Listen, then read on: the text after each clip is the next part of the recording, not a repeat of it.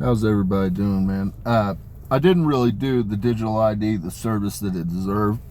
And so this is kind of an add-on to it. It's not going to be extremely long, but we have a major issue with child exploitation and unsolved murders. It's not just in the United States. This shit's happening everywhere, people.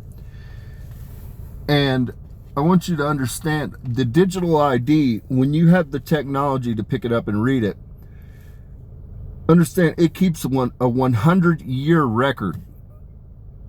People, they have that much. That's why the data facilities are being built, people. That's one reason. There's a multitude of reasons, but it has a 100-year recording history.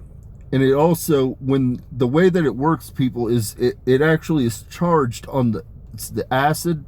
I got a lot of smart people in my field telling me how it works. It's the acid of the body that charges it.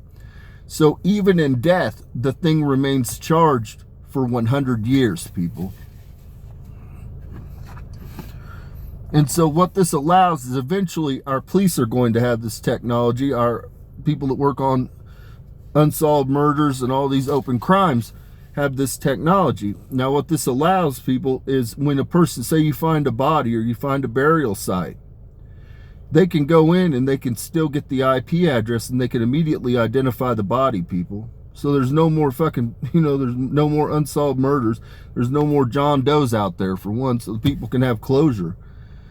For two, when it comes to child exploitation, they can go back in the history and they can actually find out where the location of the child before they were trafficked. They can find the location. They can find the child's family, for that matter, because the IP, it acts like nodes. There's a connectedness to them. So when I come in contact with somebody, that it makes a log, people.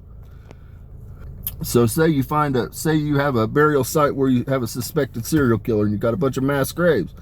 They can go in, they can identify the people. If it's been within 100 years, they can identify the person immediately.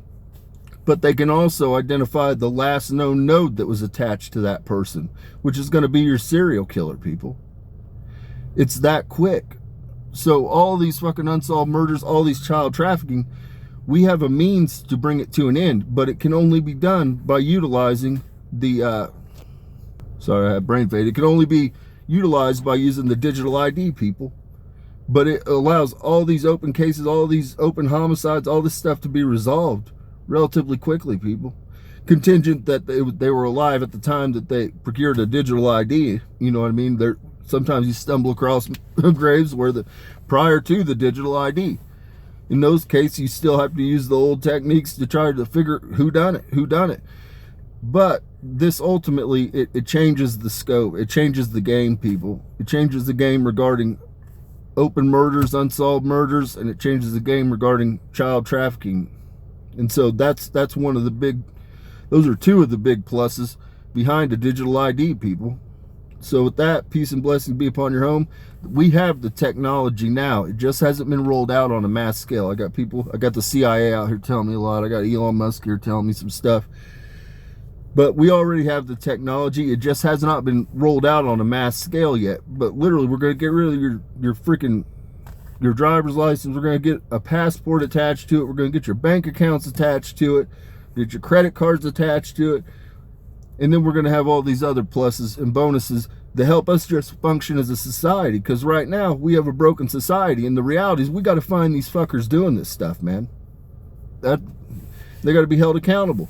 Well, now with the digital ID, it's really easy to locate who done it and find out who was where and everything else, because there's a geotag attached to it. And so with that, peace and blessings be upon your homes.